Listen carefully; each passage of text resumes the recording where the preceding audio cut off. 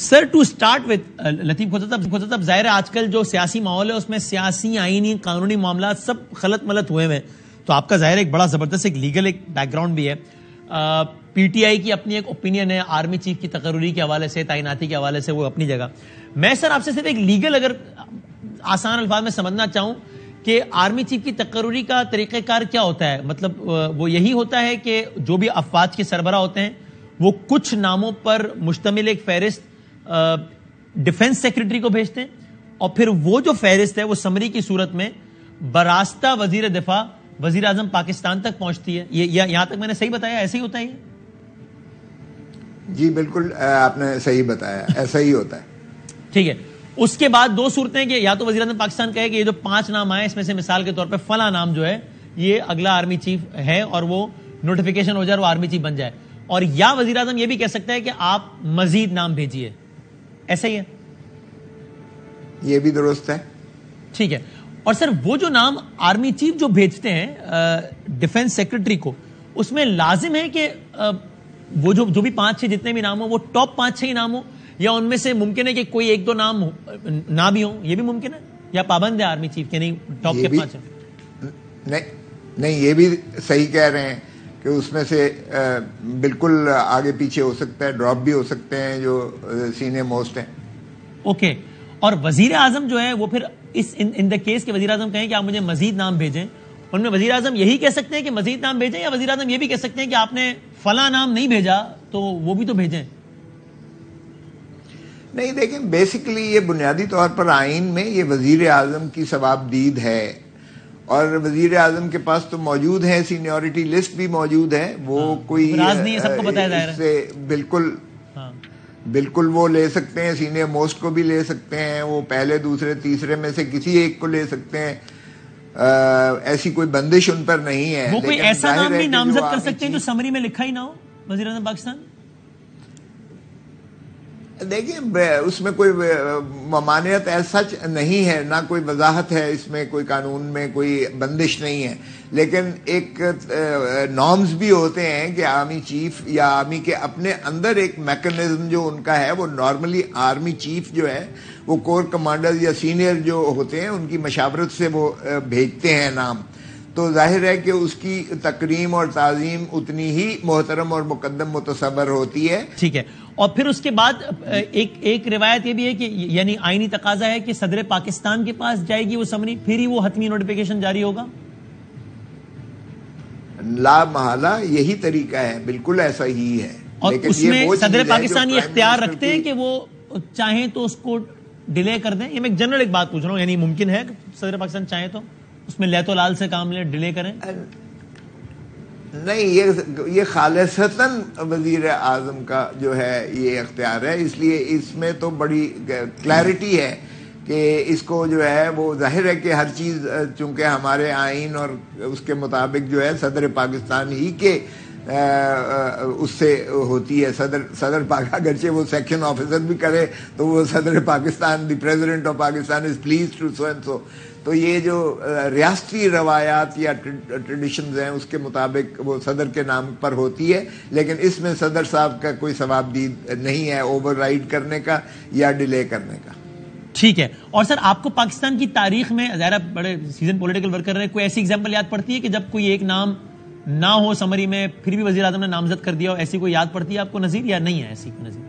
حالیہ تاریخ میں کم از کم یا تاریخ؟ نہیں، یہ تو ہوا ہے کہ کچھ نام اور منگوائے گئے تھے، یہ ہوا ہے، لیکن یہ نہیں ہوا کہ جو ہے اس سے متجاوز کر کے اس کے باہر کیا گیا ہے. لیکن یہ ہوا ہے کہ جو ہے نام اس میں نہیں، اگر وزیر اعظم نے سمجھا تو انہوں نے کہا ہے کہ اور نام بھی بھیجیں، تو اس کے ساتھ ہی نیچے والے نام بھی 2-3 بھیج دیے گئے تھے جن میں سے منتخب کیا گیا تھا. ٹھیک. اور ایک آخری سوال اس پہ، پھر میں عمران اسماعیل صاحب کی طرف آؤں گا کہ اس پر یہ اعتراض آپ کی نظر میں کتنا جائز ہے کہ جو کہ مثلا پاکستان تحریک انصاف کہتی ہے کہ بھائی آپ یہ آفیشل سیکرٹ ایکٹ کی سرین خلاف ورزی ہے کہ آپ اتنا حساس معاملہ اوروں سے ڈسکس کر رہے ہیں، آپ لندن میں جا کے اس پہ مشاورت کر رہے ہیں، اور وہ بھی ایک ایسے صاحب سے کر رہے ہیں جن کو پاکستان کی سب سے بڑی عدالت جو ہے وہ جن کو مجرم قرار دے رہی ہے. یہ اعتراض آئینی اور قانونی آپ کی نظر میں طور پہ ٹھیک ہے یا نہیں؟ دیکھیں مشاورت کی حد تک تو کوئی رکاوٹ ایسی نہیں ہے کہ کیونکہ ایک مثال کے طور پر ایک الائنس میں ہے اس وقت گورنمنٹ، کولیشن گورنمنٹ ہے، کولیشن پارٹنرز کے سربراہوں کے ساتھ اگر جو ہے یہ مشاورت کوئی وزیر اعظم سمجھتے ہیں اپنے تئیں کہ اگرچہ آئینی تقاضا نہیں ہے لیکن یہ تو پھر سیاست میں انہوں نے اگر ان کو بھی آئینی تقاضا نہیں ہے لیکن آئینی قدغن بھی نہیں ہے، آفیشل سیکرٹ ایکٹ کی خلاف ورزی نہیں ہے، حساس معاملہ ہے اس سبب نہیں اس میں وہ دوسری بات کہ وہ سزا یافتہ ہیں، ایک جو ہے فی الحال ان کی اگرچہ اپیل جو ہے وہ بھی داخل دفتر کر دی گئی ہے کہ وہ آئیں گے تو اس کو جو ہے برآمد کروا کر سماعت کی جائے گی، اس حساب سے حتمی نہ متصور کی جائے، مگر اس حد تک ان کا اعتراض ٹھیک ہے کہ کوئی ایسے شخص کے ساتھ آپ جو ہے وہ نہیں مشاورت کر سکتے جو fugitive from law and justice Pakistan کے آئین اور قانون کے مطابق ہو، اس حد تک تو شاید ان کی بات میں کوئی وزن ہو، مگر یہ تو واضح کر دیا ڈیفنس منسٹر نے کہ کوئی ایسی مشاورت نہیں ہوئی۔ عمران اسماعیل صاحب اس پہ بے اختیار ہنس پڑے جب آپ نے کہا کہ مشاورت نہیں ہوئی، اور وہ اس لیے بھی کہ موصوف کا ہی وزیر دفاع کا میں نہیں کہہ رہا ایک سابقہ بیان، آپ ان کو کوٹ کر رہے ہیں، میں بھی انہیں کو کوٹ کر رہا ہوں، انہوں نے بھی کچھ دنوں پہلے ایسا بیان دیا تھا جس سے واضح اشارہ ملتا تھا کہ مشاورت ہوئی ہے۔ جی جی آپ کہہ رہے ہیں کہ وزیر دفاع نے کہا کہ مشاورت انہوں نے،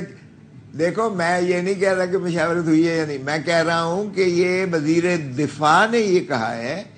کہ وہ تو پروسیس ابھی شروع ہی نہیں ہوا، 18 کے بعد ہوگا مشاورت کا، اس لیے ان کو میں کوٹ کر رہا ہوں۔ میرا ظاہر ہے کہ نہ میں موجود تھا اور میں بھی انہیں کو کوٹ کر رہا ہوں کہ انہیں کا ایک سابقہ بیان ایسا تھا کچھ دنوں پہلے کا جس سے واضح اشارہ مل رہا تھا کہ مشاورت ہوئی، بٹ ٹھیک ہے چلیں آپ نے بھی اپنی رائے دے دی اور بالکل آپ نے ان کو کوٹ کیا۔ اب عمران اسماعیل صاحب یہ جو ساری ایک لیگل پوزیشن ہم نے سمجھ لی، اب یہ ظاہر ہے کھوسا صاحب کی رائے ہو سکتا ہے کسی اور لیگل ایکسپرٹ کو اس سے اختلاف ہو یا آئی ڈونٹ نو، لیکن اب سر اس سارے پروسیس میں آپ کیسے فٹ ان ہوتے ہیں؟ آپ بتائیں نا کہ آپ کہہ رہے ہیں کہ جناب یہ نامزد نہ کریں، شہباز شریف نہ لگائے اگلا آرمی چیف، یہ وہ، یعنی آپ اگلے 15 دنوں میں، بس میرا سیدھا سادہ سوال یہ ہے کہ آپ کے سیاسی اختلافات اپنی جگہ، لیکن کیا آپ کا آج بھی یہ مطالبہ ہے کہ نہ لگائیں، یا آپ کا مطالبہ ہے کہ بھائی اب ہم اس کو کیسے روک سکتے ہیں؟ یہ تو ہونا سمری آنی ہے اور انہوں نے لگانا ہے، پورا پروسیس بتا دیا ہے کھوسا صاحب نے۔ دیکھیں وسیم، ہم بڑی سمپل سی بات کریں، کوئی گما پھرا کے یا کوئی ایسی بات نہیں کر رہے۔ صحیح، ہم آپ بھی کافی سینئر جرنلسٹ ہیں اور آپ بھی سیاست کو سمجھتے ہیں، کھوسا صاحب بھی سینئر ایک سیاستدان ہیں، میں نے بھی تقریباً 25-30 سال اس کام میں لگا دیے۔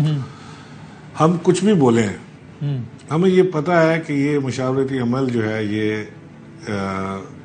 پچھلے کم سے کم 2 سے 2.5 مہینے 3 مہینے سے یہ چل رہا ہے۔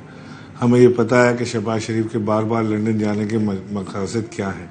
ہمیں یہ پتا ہے کہ ایجپٹ سے وہ کیوں لندن بھاگے گئے تھے، اپنے بھائی کی چمی لینے نہیں گئے تھے کہ ایک پپی ادھر ایک پپی ادھر، ان کو بھیا نے دے دیا اور بہت خوش ہو گئے، وہ وہاں بار بار کیوں رک رہے تھے۔ ہم سب اتنے بولے اور ننھے نہ بنے نا، ہماری پوری قوم ہمیں دیکھ رہی ہے، وہ ٹرسٹ کرتے ہیں، کچھ آپ پہ ٹرسٹ کرتے ہیں، کچھ مجھ پہ کرتے ہوں گے، کچھ کھوسا صاحب پہ کرتے ہوں گے۔ کھوسا صاحب تو کہہ رہے ہیں کہ میں نے وزیر دفاع کو کوٹ کیا ہے اور وزیر دفاع نے تو ان کا آخری بیان بہرحال یہ ہے کہ کوئی مشاورت نہیں۔ میں کھوسا صاحب کو نہیں کہہ رہا، میں وزیر دفاع کی بات کر رہا ہوں، اور میں کھوسا صاحب کو یہ کہہ رہا ہوں کہ کم سے کم اتنی تو کھوسا صاحب جسارت دکھائے نا کہ یہ بات ہے کہ یہ مشاورت کر رہے ہیں وہاں پہ، یہ بالکل انہوں نے اتنی جسارت دکھا دی کہ انہوں نے کہا کہ آپ کا یہ اعتراض بظاہر ٹھیک لگتا ہے کہ کیوں ایک ایسے شخص سے مشاورت ہو رہی ہے جس کے بارے میں سپریم کورٹ پاکستان ایک خاص رائے دے چکی ہے۔ بالکل ٹھیک، اس سے زیادہ اور کیا کہیں؟ بالکل ٹھیک، اس بڑی جرات کے ساتھ انہوں نے بات کہہ دی ہے۔